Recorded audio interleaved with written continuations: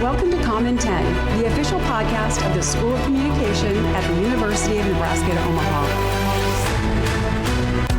Omaha. We bring you a fast-paced 10-minute spotlight on the voices, stories, and projects shaping journalism, media, and communication on our campus. 10 minutes, one story, all Maverick. Welcome to Commentate. I'm Heather Hundley, the host with Jodine Brownlee. And today we have Andrew Stem. He is a lecturer in the School of Communication. His master's degree was from Valparaiso, correct? Yep. And been with us at least 6 years. 8 years. I knew I was a little off by that. Welcome. Thank you for joining us. Thank you so much. It's a pleasure to be here chatting with you guys today. Thanks, Andrew. Great. So Andrew is, I'll just brag and say, an accomplished journalist, and he's worked for the World Herald and other papers. Also the Herald Palladium in Southwest Michigan and the Times of Northwest Indiana. Okay, great. And he teaches journalism classes here in the School of Communication. So that will lead us to our first question. Welcome, by the way. So tell us about your background in journalism, and then where you've been teaching, where you've been working. I know we just briefly touched on it, but let's hear a little bit more. Sure. I started in high school. I became the editor of my high school's sports editor of my high school's newspaper, The Wind-Up. That carried on to college, and I found out that one of the reasons I picked Valpo as an undergrad institution was they had a major in journalism. And I learned later as I was going through that you could actually make an individualized major, so I got one in sports journalism and worked for the student newspaper there. Also worked for the campus radio station, broadcasting sporting events. Nice. When I graduated, I started working back home as a sports writer for the paper in Southwest Michigan. I took a little bit of a break after I went to grad school, got a master's degree in Latin, and got a teaching license. And it was actually when I was teaching high school, I became the newspaper advisor, and that's what kind of kicked me back towards media. So then I ended up back at Valpo, got a master's in sports media, and got very fortunate that I was allowed to write for the local paper there. And then my advisor actually asked me to stay on and teach courses, and I've been teaching ever since, I guess, the fall of 2013. All right, cool. So it sounds like you like sports if you're bringing in journalism and the sports coverage. I think that's a pretty fair assessment to make, yeah. All right, cool. Well, and it's interesting because the state of journalism can kind of, you can paint sort of a large swath over sports, entertainment, and what's considered news. And thinking of that, what are your thoughts on the state of news today? It's an interesting question. It's an interesting subject. It's like it's both good and bad because we've seen with the politics over the last 20 years how important a need for good journalists are. There was a movement 6 or so years ago about, folks really put efforts into subscribing to places to like the New York Times and the Washington Post and other big national papers. And you've got to support journalism. And it's especially important because you can see on the flip side that newsrooms are getting smaller all the time. The World Herald has gone from 120 full-time employees to fewer than 30 now.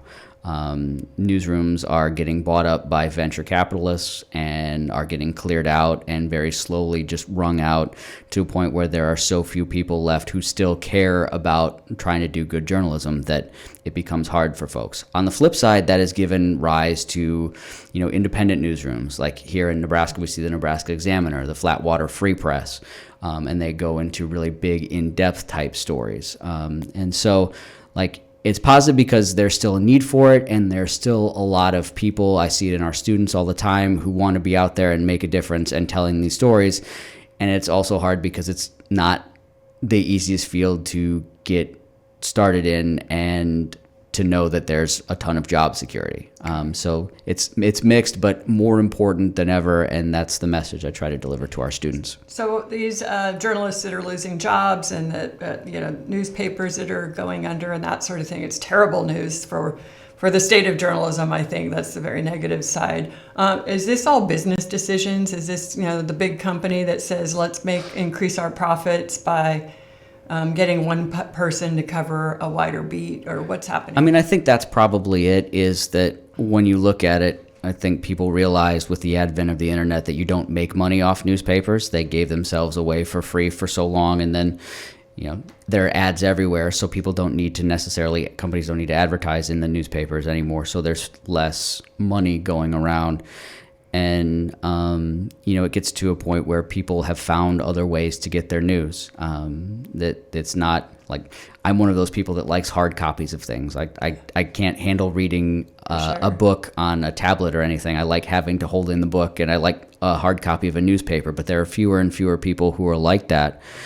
And so, there's been this drastic change, and so there's not a ton of money to be made in newspapers. So what a lot of folks have done is they buy up the newspapers as they can, and they wring as much money out of them as they possibly can, and then just kind of discard them to the side.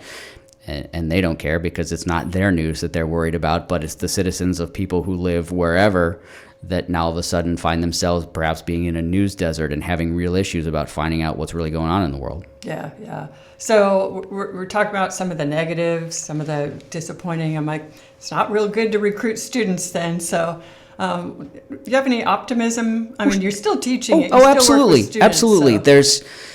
Journalism is still being consumed, just in different ways, right? Newspapers may be stop printing or whatever, but that doesn't mean that there's not a newsroom full of people who are driving the engine behind making sure that folks know what's going on. There's still a tremendous desire on journalist folks to provide folks with that news, and there is still a tremendous need for people to get this information. So I don't want to be all doom and gloom. It will be delivered differently than when I was a kid.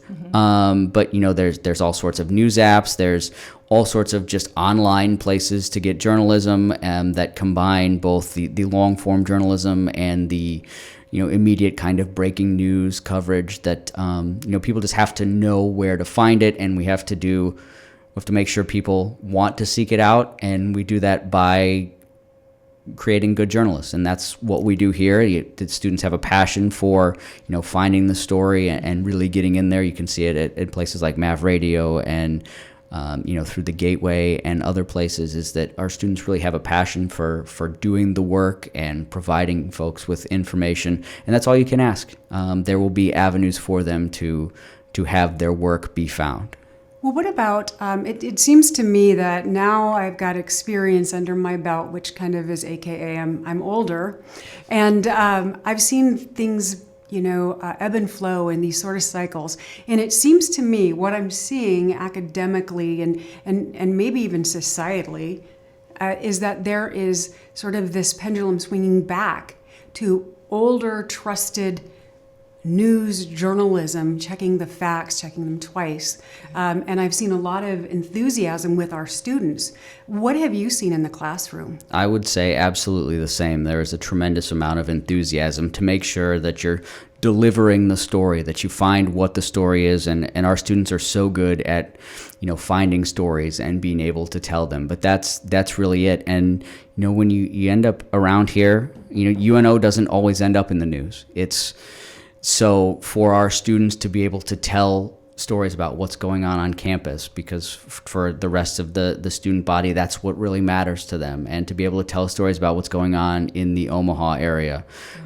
We see that they've got this tremendous desire to be out there and telling these stories and sharing this information. And it's really, really heartening to see, because like we talked about, it could be really easy to become depressed about the state of journalism. Right. But, you see these young folks, and they've got such a passion for doing the work and for telling the stories that it gives me hope that the pendulum will swing back the other way towards, journalism being something that is viewed by everybody as something that's incredibly necessary here in the future. Great. Well, and I'm wondering about the sports component of this, because we're all sports enthusiasts, all of us in this room. Mm-hmm. And it's interesting because there would be a time when it was a really difficult job to get to land the play-by-play or color. Now we have social media, so sometimes the roles just change and evolve. But I personally see it as more opportunity now, because the technology allows us to go to high schools and colleges and streams everywhere. What are your thoughts, especially with your degree and your background in sports and media? Sure. One of the wonders of the internet is it's made work so available, right? That you don't need to be, I'm thinking about independent bloggers and all sorts of other things like, here locally on campus, I know there's a blog called MavPuck, which covers UNO hockey pretty closely. Nice. That you no longer have to work for one of the traditional news organizations to be able to cover a team. For our students at the Gateway and Mav Radio, that certainly helps, but like, it's just as easy if you want to write about the Minnesota Vikings or the Kansas City Chiefs or whatever. You can just disseminate what your writing is out on the internet and a blog on various websites, and if you write well enough, people will find you, and then that will lead you to more of the traditional media locales if that's what you want. But the internet has made it so that you can cover teams much more easily. You don't need to be just with a traditional organization anymore. Okay, great. And real quick before we wrap up, just I know that not every student in our JMC program wants to be a journalist, but what are those transferable skills? Oh, absolutely. I mean, no matter what job you get into, you're going to need to be able to write clearly, and you're going to need to be able to think about how you communicate, whether you want to do public relations or whether you're going to do, emerging media and think about how you set up a storyboard or how you ask good questions. That's another big one, is how you conduct an interview, how you ask good questions, whether you're sitting in a situation like this, or you're doing consider this or whatever. All of the applicable skills, how to think creatively, how to write clearly, and how to communicate effectively will benefit you no matter what avenue you want to take your JMC degree in. Okay, perfect. Thank you so much for being with us, Andrew. Thank you very much for the time. I appreciate it. Yep. Thanks for listening to Comm in 10, a production of the School of Communication at the University of Nebraska at Omaha. New episodes drop every other week, so be sure to subscribe on Spotify, Apple Podcasts, or wherever you listen. And don't forget to follow the School of Communication on Instagram, TikTok, Facebook, and YouTube for the latest episodes and behind-the-scene updates.